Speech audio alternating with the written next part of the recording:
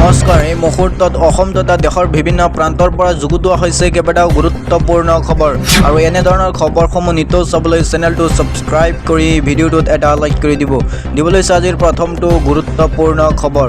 BJP সাংসদৰ কন্যাৰ Instagram পোষ্টে দলত লগাইছে তোলপাৰ।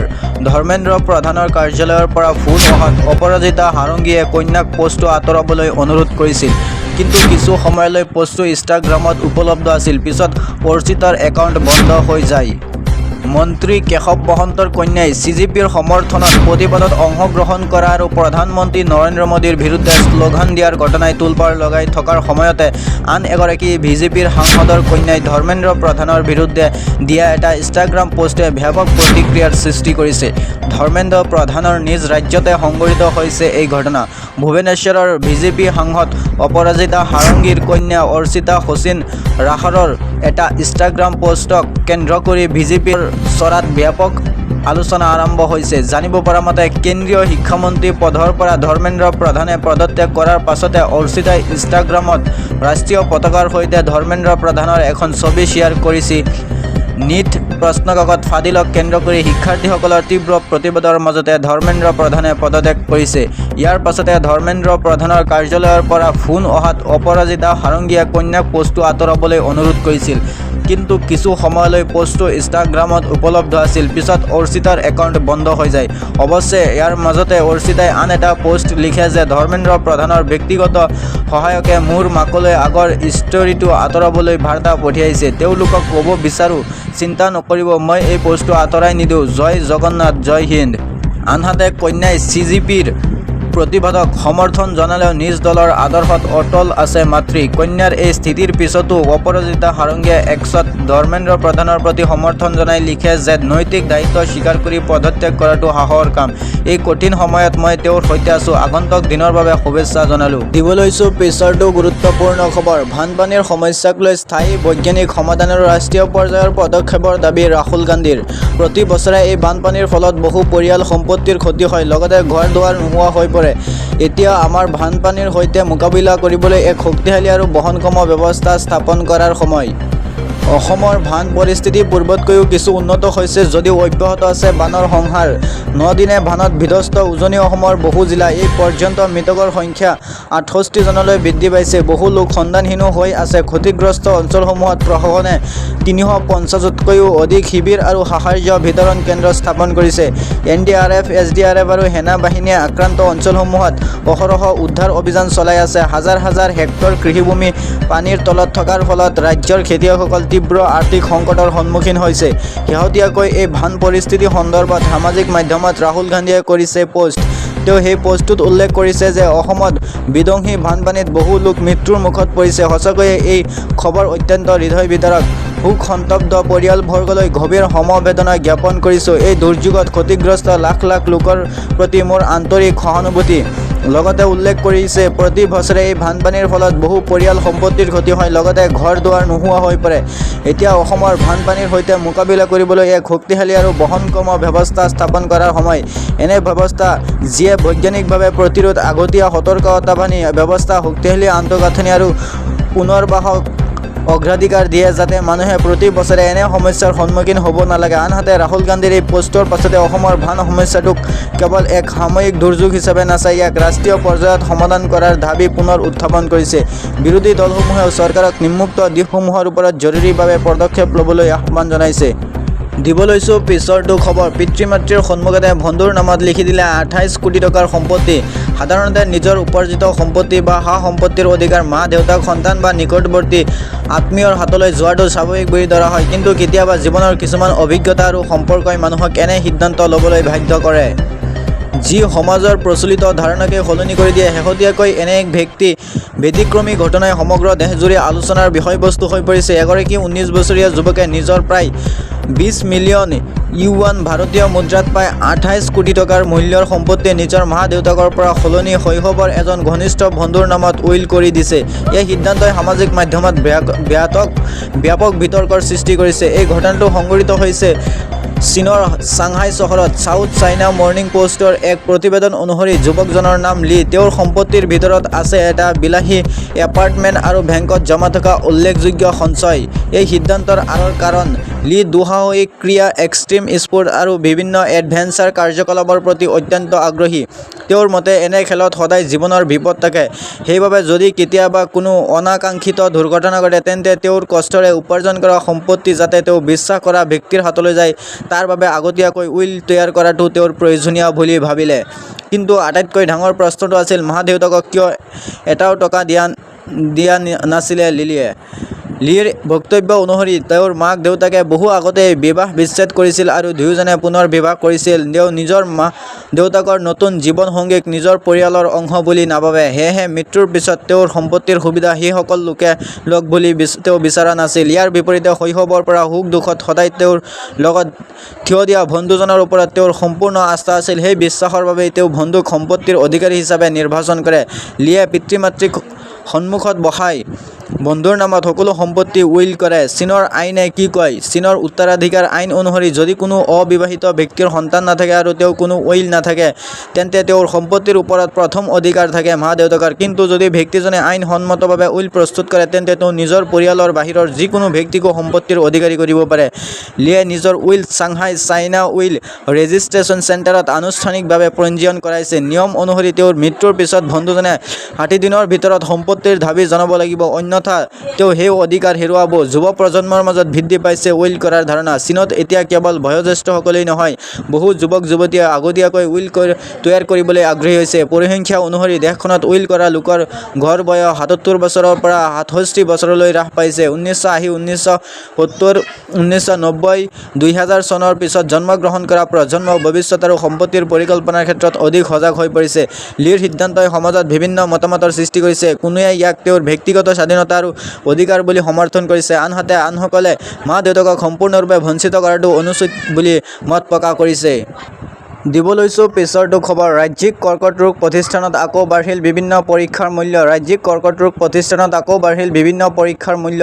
বন্ধ কৰা হৈছে বিনামূলীয়া ঔষধৰ যোগান। প্ৰতিখন বিচনাৰ বাবদ মাচুল বৃদ্ধি 200 টকাৰ পৰা 1600 টকালৈ। বন্ধ হ'ল বিনামূলীয়া ঔষধৰ যোগান। ৰাজ্যিক কৰ্কট ৰোগ প্ৰতিষ্ঠানত আকৌ বাঢ়িল বিভিন্ন পৰীক্ষাৰ মূল্য। প্ৰতিখন বিচনাৰ বাবদ মাচুল বৃদ্ধি 200 টকাৰ পৰা 1600 টকালৈ। চাইটলজিৰ মাচুল 50 টকাৰ পৰা 630 টকালৈ বৃদ্ধি পাইছে। ভাইপচিৰ বাবদ বাঢ়িলে 1000 টকাৰ পৰা 2700 টকা। তেজৰ পৰীক্ষাৰ ক্ষেত্ৰত মাচুল বৃদ্ধি 60% আৰু মাৰ্কাৰৰ ক্ষেত্ৰত বৃদ্ধি 900 টকাৰ পৰা 2000 টকালৈ। 22 জুলাইৰ পৰা প্ৰযোজ্য হৈছে নতুন নিৰিখ। দিব লৈছোঁ পিছৰটো খবৰ। উপঙিছে পশুধনৰ সঁপ। এক মূৰ্তি খাদ্য আৰু এটুপি পানীৰ বাবে হাহাকাৰ। হেঁপাহেৰে এপদ-এপদকৈ সামগ্ৰীৰে সজাই তোলা ঘৰখনৰ অৱস্থা দেখি এতিয়া চকুলো ঢুকিছে।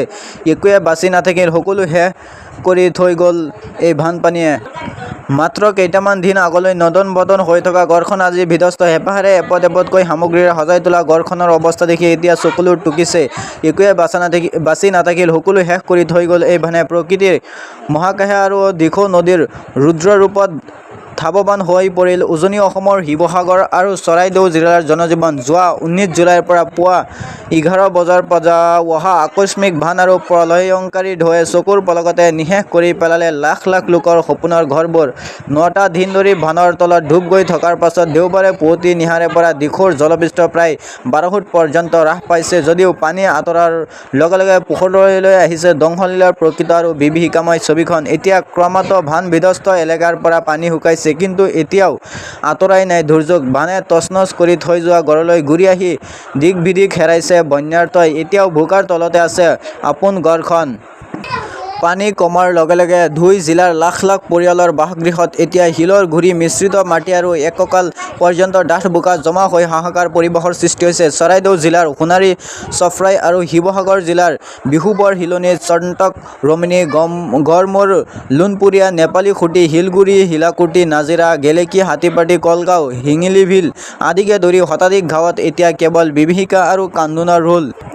অসম নাগালেণ্ড সীমান্তৰ নেপালী খুটি অঞ্চলত মাত্ৰ এটা পকীঘৰ আৰু কেইটামান ভাঙি পৰা ঘৰৰ ধ্বংসাৱশেষৰ বাদে আন একো বাকী নাই। অঞ্চলটোৰ প্ৰায় 90% মানুহৰ কোনো সন্তান নাই। পোহনীয়া গৰু ছাগলী, কুকুৰ, গাহৰি আৰু হাঁহ মুৰ্গীৰ উভলি যোৱা মৃতদেহ বোকাপানীত উপঙি ৰৈছে, যাৰ দুৰ্গন্ধই সমগ্ৰ অঞ্চলটোলৈ মহামাৰীৰ ভীতি কঢ়িয়াই আনিছে। কেইটামান দিনৰ আগলৈ শিশুৱে বুকুৰ মাজত লৈ খেলা পুতলাবোৰ এতিয়া চোতাল আৰু পথাৰৰ বোকাত পৰি ৰৈছে। ভানাক্ৰান্ত শিশুৰ বাবে এতিয়া খেলনাতকৈ আহাৰ আৰু খোৱা পানীৰ প্ৰয়োজন বেছি হৈ পৰিছে। ৰাজপথত এমুঠি চাউল আৰু পানীৰ বাবে শাৰী পাতি থিয় হৈ আছে। যোৱা 10টা দিনৰ পূৰ্বলৈকে সমাজত প্ৰতিপত্তি থকা আৰু আনক মুকলিমূৰীয়াকৈ দান সাহায্য আৰু হাজাৰ হাজাৰ সম্ভ্ৰান্ত আৰু তথা স্বাভিমানী লোক কেইটামান ঘণ্টাৰ ভিতৰতে নিঃস্ব হৈ পৰিল। বিলাসী গাড়ী চলোৱা পৰিয়ালৰ গাড়ী পানীত উপঙি ৰৈছে। এতিয়া এটা পানী বটল আৰু কেইটামান চাউলৰ বাবে ৰাজপথত সাহায্যৰ গাড়ী পিছে পিছে দৌৰিবলগীয়া হৈছে বহু মহিলাই। আনহাতে ঘৰৰ পদূলিয়ে পদূলিয়ে ছাত্ৰ-ছাত্ৰীসকলে ৰ'দত শুকুৱাইছে। ভানত নষ্ট হোৱা কিতাপ বহি পথাৰৰ বোকাত উপঙি আছে কাপোৰ, বিচনা, আলমিৰা, ৰন্ধন গেছৰ চিলিণ্ডাৰ আদি। জিলা প্ৰশাসনে প্ৰকাশ কৰা তথ্য অনুসৰি শিৱসাগৰৰ 300খন গাঁৱৰ প্ৰায় 3,72,682 গৰাকী লোক আৰু 5,198 হেক্টৰ কৃষিভূমি প্ৰভাৱিত হৈছে। 2,47,068 গৰাকীৰো অধিক পশুধনৰ মৃত্যু হোৱা বুলি প্ৰশাসনে স্বীকাৰ কৰিছে। কেৱল নাজিৰা সমজিলাতে মৃত্যুৰ সংখ্যা শতাধিক হোৱাৰ সম্ভাৱনা আছে। শিৱসাগৰ চহৰৰ দুখন যোৱা 4 দিনত 16 জনৰ অন্ত্যেষ্টিক্ৰিয়া সম্পন্ন হৈছে। বেতবাৰী, পলসনী, গদাধৰনগৰ, দিলিহী, গোহাঁইগাঁও, কটপাৰ, চেনিমৰা, মগৰাহাট আৰু চহৰৰ ঘাটপথাৰ, জেং, নিকটীয়া আদি বহু অঞ্চললৈ চৰকাৰী সাহায্য এতিয়াও পোৱা নাই। চৰকাৰী তথ্যত গড়ৰ ক্ষতি হোৱা নাই বুলি দেখুওৱা হৈছে যদিও বাস্তৱত শ শ পকী আৰু কেঁচা গড় সম্পূৰ্ণৰূপে বিধ্বংস হৈছে। বিদ্যুৎ ব্যাহত দিচাংমুখ, জেংনিকটী, অক্ষয়পুৰী আৰু লেপাই গাঁৱকে ধৰি বৃহৎ এলেকাত বিদ্যুৎ যোগান ব্যাহত হৈ থকাত খোৱা পানী উত্তোলন কৰিব পৰা নাই। এই জৰুৰীকালীন অৱস্থাৰ সুযোগ লৈ একাংশ অসাধু ব্যৱসায়ীয়ে নিত্য ব্যৱহাৰ্য সামগ্ৰীৰ দাম অস্বাভাৱিকভাৱে বৃদ্ধি কৰিছে। যদিও জিলা আয়ুক্তই শাস্তিৰ হুংকাৰ দিছে, তথাপিও কাৰ্যক্ষেত্ৰত কোনো কাৰ্যকৰী প্ৰভাৱ দেখা পোৱা নাই। সাহায্য আৰু উদ্ধাৰ অভিযান। বিধায়ক অখিল গগৈৰ পদক্ষেপ। শিৱসাগৰৰ বিধায়ক অখিল গগৈয়ে এবুকু পানীত নামি 1 নংৰ পৰা 2 নং ৱাৰ্ডসমূহ বিভিন্ন অঞ্চলত ঘৰে ঘৰে গৈ সাহায্য প্ৰদান কৰাৰ লগতে প্ৰতিটো আক্ৰান্ত পৰিয়ালক 1,000কৈ টকা বিতৰণ কৰিছে। বাকী পৰিয়ালসমূহক পৰ্যায়ক্ৰমে বান সাহায্য প্ৰদান কৰিব। নাও চলাচলৰ সুবিধা নথকা অঞ্চলসমূহত তেওঁ এবুকু পানী নামি ভানাক্ৰান্তৰ খবৰ লৈছে। অনেক লোকক অখিল গগৈয়ে উদ্ধাৰ কৰিছে। অখিল গগৈৰ নিৰ্দেশত তেওঁৰ একাংশ সমৰ্থকেও বান সাহায্য প্ৰদানত ঝপিয়াই পৰিছে। বেচৰকাৰী সংস্থাসমূহৰ সহায়, বিভিন্ন দল সংগঠন, ব্যক্তিবিশেষ আৰু মৌলানা বদৰুদ্দিন আজমলৰ উদ্যোগে শিৱসাগৰৰ বান পীড়িতক খাদ্য আৰু সাহায্য সামগ্ৰী বিতৰণ কৰা পৰিলক্ষিত হৈছে। লগতে সামাজিক মাধ্যমত চৰকাৰৰ লগতে শিৱসাগৰ জিলা প্ৰশাসনৰ দুৰ্বলতাক তীব্ৰ সমালোচনা কৰাৰ বিপৰীতে বেচৰকাৰী সংস্থাসমূহৰ সহায়ক লৈ শলাগ হোৱা দেখা গৈছে। ইপিনে বান কমাৰ পিছতে আপোন ঘৰলৈ উভতি উপচিছে প্ৰতিগৰাকী লোকে। ঘৰৰ ভিতৰত সকলো সামগ্ৰী হৈ আছে চেদিলি-ভেদিলি, মুঠতে বুজাব নোৱাৰা এক অভাৱনীয় পৰিস্থিতি। দিবলৈছো পিছৰটো খবৰ। লোকসভাত উত্থাপন হ'ল প্ৰশ্নকাকত ফাদিল বিৰোধী বিধেয়ক। দ্য পাব্লিক এক্সামিনেশ্যন বিধেয়ক 2026 শীৰ্ষক বিধেয়কখন উত্থাপন কৰে কেন্দ্ৰীয় মন্ত্ৰী জিতেন্দ্ৰ সিঙে। নীট পৰীক্ষাৰ প্ৰশ্নকাকত ফাদিল আৰু শেহতীয়া CGPৰ আন্দোলনৰ পাছতে কঠোৰ হৈছে কেন্দ্ৰীয় চৰকাৰ। প্ৰশ্নকাকত ফাদিল আৰু পৰীক্ষাত সংঘটিত অনিয়ম ৰোধৰ লক্ষ্যৰে আজি লোকসভাৰ বৰ্ষাকালীন অধিৱেশনত উত্থাপন কৰা হ'ল প্ৰশ্নকাকত ফাদিল বিৰোধী বিধেয়ক। দ্য পাব্লিক এক্সামিনেশ্যন বিধেয়ক 2026 শীৰ্ষক বিধেয়কখন উত্থাপন কৰে কেন্দ্ৰীয় মন্ত্ৰী জিতেন্দ্ৰ সিঙে। উল্লেখযোগ্য যে 2024 চনৰ public examination prevention of unfair means আইন অধিক শক্তিশালী কৰাৰ উদ্দেশ্যে এই সংশোধনী বিধেয়ক অনা হৈছে। শেহতীয়া সময়ত বিভিন্ন প্ৰতিযোগিতামূলক পৰীক্ষাত প্ৰশ্নকাকত ফাদিল আৰু অনিয়মৰ অভিযোগ বৃদ্ধি পোৱাৰ পৰিপ্ৰেক্ষিতত আইনখনত অধিক কঠোৰ ব্যৱস্থা অন্তৰ্ভুক্ত কৰাৰ লক্ষ্য লোৱা হৈছে। এই বিধেয়কখনত 5ৰ পৰা 10 বছৰ পৰ্যন্ত কাৰাদণ্ডৰ প্ৰস্তাৱ দিয়া হৈছে। ইফালে বিধেয়কখন উত্থাপনৰ পিছত লোকসভাত ইয়াৰ ওপৰত বিস্তৃত আলোচনা হোৱাৰ সম্ভাৱনা আছে। এই আলোচনাত বিজেপিৰ সাংসদ বাসুৰী স্বৰাজ আৰু তেজস্বী সূৰ্য, তৃণমূল কংগ্ৰেছৰ শৰ্মিলা চৰকাৰ আৰু মিতালী বাগ, TDPৰ লাবুশ্ৰী কৃষ্ণ দেৱৰলায়ু, শিৱসেনাৰ শ্ৰীকান্ত সিঙে, NCCPৰ সুনীল টাটকাৰে, আপনা দলৰ অনুপ্ৰিয়া পাটেল আৰু LJPৰ অৰুণ ভাৰতী অংশগ্ৰহণ কৰাৰ কথা কৈছে। অৱশ্যে লোকসভা আৰু ৰাজ্যসভাত বিৰোধীয়ে হুলস্থুলীয়া পৰিৱেশৰ সৃষ্টি কৰাত 2 বজালৈ উভয় সদনৰ কাম-কাজ স্থগিত ৰখা হৈছে। দিব লৈছোঁ পিছৰটো খবৰ। ঘৰ বুলিবলৈ একোৱেই বাচি নাথাকিল। মাত্ৰ কেইটামান দিন আগলৈ নদন বদন হৈ থকা ঘৰখন আজি বিধ্বস্ত। হেঁপাহেৰে এপদ এপদকৈ সামগ্ৰীৰে সজাই তোলা ঘৰখনৰ অৱস্থা দেখি এতিয়া চকুলোৰ টুকিছে। কোনেও কল্পনাই কৰা নাছিল যে এনে এক বিভীষিকাময় নামি আহিব তেওঁলোকৰ জীৱনলৈ। কোনেও ভবা নাছিল আপোন ঘৰখন এনেদৰে চকুৰ সন্মুখতে বিধ্বস্ত হৈ যাব। মাত্ৰ কেইটামান দিন আগলৈ নদন বদন হৈ থকা ঘৰখন আজি বিধ্বস্ত। হেঁপাহেৰে এপদ এপদকৈ সামগ্ৰীৰে সজাই তোলা ঘৰখনৰ অৱস্থা দেখি এতিয়া চকুলোৰ টুকিছে। একোৱেই বাচি নাথাকিল। সকলো শেষ কৰি থৈ গ'ল এই ভানে। ল'ৰাহঁতে কিবা অলপ দিছে তাকে খাই জীয়াই আছোঁ। বৰ্তমান কিছু কিছু অঞ্চলৰ পৰা পানী ওলাইছে যদিও এতিয়া বহু অঞ্চল পানীৰ তলত আছে। উজনি অসমত অব্যাহত থকা জলপ্ৰলয় এক ভয়ংকৰ আৰু হৃদয় বিদাৰক ৰূপ ধাৰণ কৰাৰ সময়তে মৰিয়নিৰ চেলেংহাট পানীগাঁৱত পোহৰলৈ আহিছে ভানৰ এক অতি কাৰুণ্যময় দৃশ্য। জাঁজি নদীৰ ফেনা ফুটুকাৰ বাঢ়ি অহা ৰুদ্ৰ ৰূপী সোঁতে নিমিষতে ধ্বংস কৰি পেলালে এখন প্ৰাণচঞ্চল গাঁৱৰ সকলো সুখশান্তি। গাঁওখনৰ প্ৰায় ৩৫টা পৰিয়ালৰ সম্পূৰ্ণৰূপে গৃহহীন হৈ পৰাৰ লগতে ভানৰ কবলত পৰি হাহাকাৰ পৰিস্থিতিৰ সৃষ্টি হৈছে। এই হাহাকাৰৰ মাজতে পানীৰ জুইত দগ্ধ এগৰাকী আইতাৰ অহিতপৰ মন প্ৰাণ। ঘৰলৈ বুলিবলৈ আৰু একো বাকী নাই। ভেটিটো মহতিয়াই লৈ গ'ল বলীয়া ভানে। মূৰৰ চালিখন নাই শুবলৈ বা ভৰি দিবলৈ শুকান মাটি এটুকুৰাও নোহোৱা হ'ল। ভাৰণি পানীৰ কোভাল সোঁতৰ পৰা কটমটি পানঠো বচাই ওলাও আহোঁতে একত আগত আনিবলৈ সময় নাপালোঁ। এই দুৰ্দশাই কন্দুৱাইছে তুলিছে প্ৰত্যেকজন প্ৰত্যক্ষদৰ্শীক। ভাৰণি পানীয়ে আইতাগৰাকীৰ ঘৰৰ ভেটি পৰ্যন্ত মহতিয়াই হৈ গ'ল। বৰ্তমান মূৰৰ চালিখন নাইকিয়া হোৱাৰ উপৰিও ভৰি দিবলৈ এটুকুৰাও শুকান মাটি অৱশিষ্ট নাই। ভানৰ প্ৰবল সোঁতৰ পৰা কোনোমতে কেৱল প্ৰাণটো লৈ ওলাই আহিবলৈ সক্ষম হোৱা বৃদ্ধগৰাকীয়ে পিন্ধনৰ কাপোৰযোৰৰ বাহিৰে ঘৰৰ কোনো সামগ্ৰী বুকুত লৈ আনিবলৈ সময় নাপালে। সলাই পিন্ধিবলৈ বা আন এযোৰ শুকান কাপোৰো নোহোৱা অৱস্থাত গাত থকা অৰ্ধ তিতা কাপোৰযোৰ চেপিয়াই অসহায়ভাৱে থিয় হৈ কান্দিব লগা হৈছে বৃদ্ধগৰাকীয়ে। কেৱল আইতাগৰাকীয়েই নহয়, চেলেংহাট পানীগাঁও সম্পূৰ্ণৰূপে জাঁজি নদীৰ ভানত বিধ্বস্ত হৈ পৰাত খাদ্য আৰু বিশুদ্ধ খোৱা পানীৰ বাবে তীব্ৰ ক্ৰাইচিছৰ সৃষ্টি হৈছে। ঘৰৰ খোৱা বোৱাৰ সামগ্ৰী ধান চাউল আৰু গৰু ছাগলী সকলো ভানৰ সোঁতত উটি গৈছে। ইপিনে খোৱা বস্তুৰ অভাৱত এতিয়া অনাহাৰে অনিদ্ৰাৰে দিন কটাইছে গাঁওখনৰ দুৰ্ভগীয়া বন্যাসকলে। চৰকাৰী সাহায্য আৰু প্ৰশাসনৰ ফালৰ পৰা জৰুৰী খাদ্য বিশুদ্ধ খোৱা পানী আৰু শুকান বস্ত্ৰ প্ৰদানৰ বাবে বন্যাক্ৰান্ত ৰাইজৰ কাতৰ আহ্বান জনাইছে। দিব লৈছোঁ পিছৰটো খবৰ। ডক্টৰ পীতাম্বৰ দেৱ গোস্বামীয়ে হাতজোৰ কৰি নৰেন্দ্ৰ মোদীক জনাইছে আহ্বান। প্ৰধানমন্ত্ৰী নৰেন্দ্ৰ মোদীক এটা বিশেষ আহ্বান জনাইছে আউনীআটী সত্ৰৰ সত্ৰাধিকাৰ পীতাম্বৰ দেৱ গোস্বামীয়ে।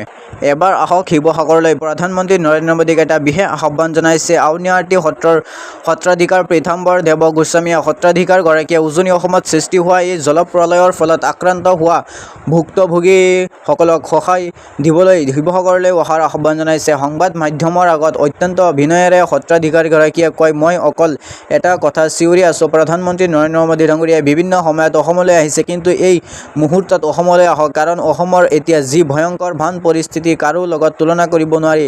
তেওঁ লগতে কয় যে আমি মাজুলীৰ মানুহো ভয়াৱহ বান পৰিস্থিতিৰ সন্মুখীন হওঁ, কিন্তু আমি সাজু হৈ যাওঁ। বানপানী আহিব আমি গম পাওঁ, কি কাৰণ কৰিব লাগে আমি জানো। আজিকালি ঢকুৱাখনা মাজুলীৰ মানুহেও জানে, কাৰণ অনবৰতে বানপানী হৈ থাকে। কিন্তু এই যোৰহাট, শিৱসাগৰ, চৰাইদেউ জিলাত যি অভূতপূৰ্ণ বানৰ সংহাৰী লীলা হ'ল, ইয়াক কাৰোৰ লগত তুলনা নাখাতে। গতিকে আমি কৈছোঁ, প্ৰধানমন্ত্ৰী ইয়ালৈ আহক, মানুহৰ হাহাকাৰ ধ্বনি এবাৰ শুনক। বানপানীৰ বন্যা, মানুহৰ চকুলোৰ বন্যা এবাৰ প্ৰত্যক্ষ দৰ্শন কৰক। তেখেত নিজেই অহাৰ পাছত আমাৰ মানুহখিনিয়ে অলপমান হ'লেও সাহস পাব। অসমৰ মানুহখিনিহে প্ৰেৰণ পাব। কি বস্তু দিব নিদিব মানুহে এতিয়া গণ্য নকৰে। ভাৰতৰ প্ৰধানমন্ত্ৰীয়ে আমাৰ মূল গৃহস্থজন যদি অসমলৈ আহে, তাতকৈ আৰু মানুহৰ প্ৰেৰণাৰ কথা কি থাকিব পাৰে। সেইবাবে আমি বাৰে বাৰে চেনেলবিলাকৰ যোগেদি অনুৰোধ জনাইছোঁ, কাতৰভাৱে প্ৰাৰ্থনা কৰিছোঁ। বৰ্তমান এতিয়া ভয়াৱহ পৰিস্থিতি মাননীয় মুখ্যমন্ত্ৰী নৰেন্দ্ৰ মোদী ডাঙৰীয়াই প্ৰত্যক্ষ কৰক, তেতিয়া আমাৰ ৰাইজে অলপমান হ'লেও সান্তনা পাব। সত্ৰাধিকাৰগৰাকীয়ে লগতে উল্লেখ কৰে যে বানপানীৰ সমস্যা তেখেতসকলে প্ৰত্যক্ষভাৱে দেখিলেহে সেইটো কথা উপলব্ধি কৰিব।